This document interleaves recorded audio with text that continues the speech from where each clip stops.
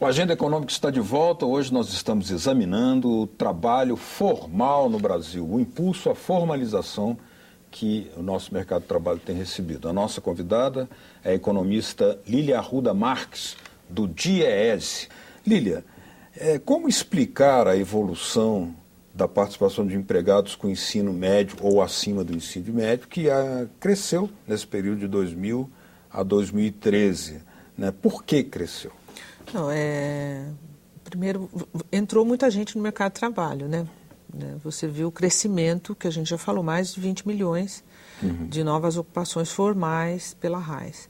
E a escolaridade está aumentando bastante. Então, os jovens estão entrando com uma escolaridade muito maior no mercado de trabalho.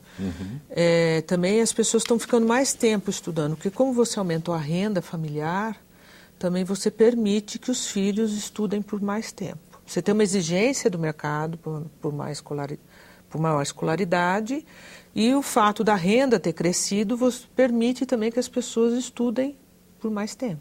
Antes, o filho do trabalhador saía mais cedo da escola. Ele saía mais cedo, tinha que ir para o mercado de trabalho. Ele tinha a renda. Muitas pessoas iam para o mercado de trabalho, muito jovens, porque tinham que trabalhar para melhorar a renda da família. Então, hoje, isso já melhorou. Né? Ainda temos muito que melhorar, mas já melhorou. Então, isso permite que as pessoas estudem mais tempo. E o mercado exige isso também, exige uma maior escolaridade. Né? O mercado de trabalho mudou muito. E as mulheres, principalmente, têm uma escolaridade maior que a dos homens. Né? As mulheres? As mulheres, e elas ganham menos do que os homens, mas a escolaridade das mulheres... Qual é a explicação que você tem para isso? Eu acho que tem uma questão do mercado de trabalho. A discriminação, ela é presente tanto quando você vai para cargos de chefias, mesmo em ambientes onde tem muita mulher, normalmente os cargos de chefia, na maior parte das vezes, estão na mão de homens. Então, você tem um problema de discriminação no mercado de trabalho. Além disso, as mulheres ocupam ainda setores, atividades econômicas que remuneram menos, né? O trabalho doméstico, o setor de comércio, saúde e educação, né? Que às vezes até tem um valor muito grande, socialmente é cobrado muito como é saúde e educação. Você tem uma cobrança muito grande em cima do professor da educação, só que você remunera muito mal. Os trabalhadores negros desse também. Setor, E as mulheres estão mais presentes. As mulheres e a situação, trabalhadoras negras. Exatamente. Em todas essas situações, se você separa negros e não negros, a situação dos negros é pior. E se você separa mulheres não negras, homens também, e você vai ver que a pior situação em todas é da mulher negra. A mulher negra é a mais vítima. É a mais vítima. E às vezes a escolaridade dela é maior e ela está ganhando menos. Ainda assim. Mesmo assim. Ou é igual, mas o salário é menor. Nós temos uma mudança importante, que foi essa nova legislação das trabalhadoras domésticas no Brasil, né? Que houve um impacto importante, né? Porque o Brasil estimava-se 7 milhões de trabalhadoras domésticas, né? E aqui nós temos um dado no trabalho do DIEESE: o número de trabalhadores domésticos com carteira assinada aumenta de 1,5 milhão para 1,9 milhões no período de 2001 a 2012, portanto, antes da lei. Né? Aqui estamos falando antes da lei. Um crescimento de 23%. E o número de trabalhadoras domésticas, ou trabalhadores domésticos, sem carteira, registra uma evolução de apenas 3,2%. 23% contra 3,6%. Que comentário você faz? O trabalho doméstico ele cresceu, em 2009 estava cerca de 7 milhões e hoje as mulheres hoje no trabalho doméstico, que a grande maioria, está em cerca de 6 milhões. Inclusive no dado do IBGE de 2009, as mulheres a maior ocupação de mulheres no Brasil se dava pelo emprego doméstico. E era um trabalho totalmente discriminado, ainda é, né? Estamos caminhando, né? Mas até a lei pegar. Né? Até a lei pegar, ainda não tem os direitos, né? Ainda está um debate aqui dentro da casa em relação aos direitos, né? Alguns já estão valendo, outros ainda dependem de regulamentação. A plena regulamentação. Mas se você pensar que são mais de 6 milhões de mulheres que trabalham no emprego doméstico, é um impacto muito grande na vida das pessoas, é muito grande a participação no trabalho doméstico. E, então, até 2009 era o setor que mais empregava. Hoje é comércio e tem o setor de saúde, de educação, que emprega mais do que o trabalho doméstico hoje. Então, o trabalho doméstico caiu.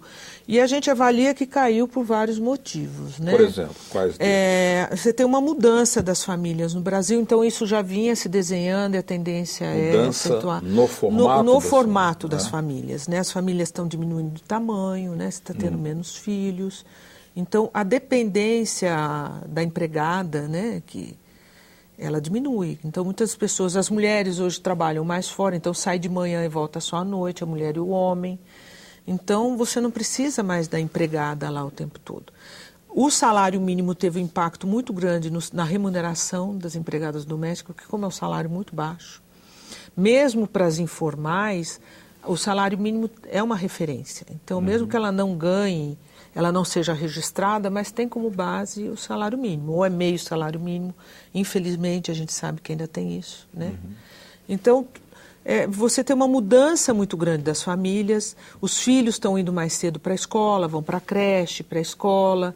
Então, a dependência da empregada diminuiu, você tem outros eletrodomésticos em casa, quer dizer, está mudando totalmente. Os prédios mudaram, você tem lazer, você tem uma série de coisas lá dentro.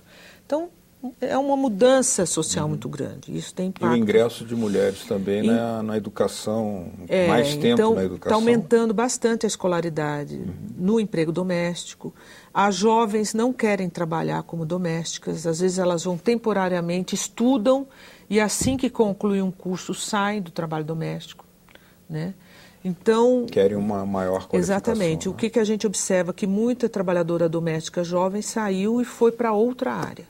Está se formando em enfermagem, está indo para o setor de comércio, está fazendo outra coisa. Então, você vê uma diminuição muito grande de jovens no trabalho doméstico e estão ficando principalmente as trabalhadoras mais velhas, né? E é um setor que ainda, em termos de escolaridade, ainda estão as mulheres com menor índice de escolaridade estão no trabalho doméstico, né? E que são com remunerações muito baixas também. E é o setor com a maior informalidade, né? Só 30% das trabalhadoras domésticas têm algum tipo de registro. Ou tem carteira de trabalho, ou contribuem com a Previdência de forma individual. Sendo né? a maior informalidade, portanto, o impacto dessa nova lei é muito grande, muito expressivo. Eu acho que também tem que trabalhar a questão da conscientização, né? Porque como o trabalho doméstico está dentro do lar, é uma fiscalização muito difícil, é uma relação muito pessoal, então tem muito questão da conscientização. Porque é uma cidadã, como é que ela vai se aposentar depois, os direitos dela? Não é porque ela está dentro da casa que ela não tem os direitos dela como cidadã. Ela vai ser excluída? Ela não pode, ela tem. Então está aumentando muito a presença de diarista, né, e diminuindo a presença da mensalista. Né? Agora, em compensação, você está aumentando, que eu acho que é uma discussão que já está aí, o trabalho mais especializado, né, de cuidadoras, de um tipo de trabalho doméstico diferente daquele trabalho doméstico de antigamente também. Não que você não tenha, mas está mudando também a qualificação do trabalho doméstico. Nós temos também, nesse mesmo período que já citado, o número de funcionários públicos estatutários e militares registrou um crescimento de 42%, passando de 4,9 milhões para 7 milhões. Né? Como o tamanho da máquina pública brasileira digamos, é expressivo, mas talvez seja aquém daquela necessidade da demanda por serviços públicos do povo brasileiro, né? E da estrutura do país, esse número não é ainda considerado pequeno? Se você for analisar vários outros países onde tem um serviço público de qualidade, ainda é baixo, né? Porque normalmente se mede por número, cada 1.000, pela população, o número de servidores pela população. Mas você tem nesse período uma contratação de mais de 2 milhões de novos servidores. Isso analisa no âmbito municipal, estadual e federal, né? Não é, isso aqui é geral. Inclusive, você tem várias decisões judiciais nesse período que meio que obrigam a fazer concurso, né? Porque, por exemplo, é comum, por exemplo, a prefeitura contratar com um CLT. Sim. né? Então, você ainda tem, governo federal a cobrança é maior, né? Alguns governos estaduais, mas ainda você tem muito empregado público que não é aquele concursado. Então, isso ainda é muito presente, que é uma relação mais instável. Então, por exemplo, quando você analisa os dados do Ministério do Trabalho, da RAIS, nas declarações relativas ao setor público, ao empregado público, você vê muita demissão no final do ano, na área principalmente de educação. Educação? Porque são pessoas que trabalham, mas que são demitidas no final do ano e muitas vezes recontratadas no começo do ano, né? Porque como você tem férias, tem recesso, tem um monte de coisa. Então, eu acho que essa... Mas aí não seriam funcionários de carreira, né? Não são funcionários de carreira, mas são empregados públicos. Não são empregados públicos... que estão sujeitos a... Cargos comissionados. Não necessariamente comissionado, viu? Professor substituto... Não estatutários. Não estatutário, mas não é comissionado. Pois é. Né? Não necessariamente. Não necessariamente. Os comissionados podem fazer parte. Pode fazer parte. E pode mas então também você tem que fazer uma discussão, tem muito tabu em relação à questão do setor público. Sei. Você tem que fazer uma discussão mais séria sobre o serviço que se quer. Principalmente que boa parte das políticas são descentralizadas, você recebe a política lá na ponta do município, a saúde, a educação, e que qualidade de serviço que você quer lá na ponta, né? Muito bem.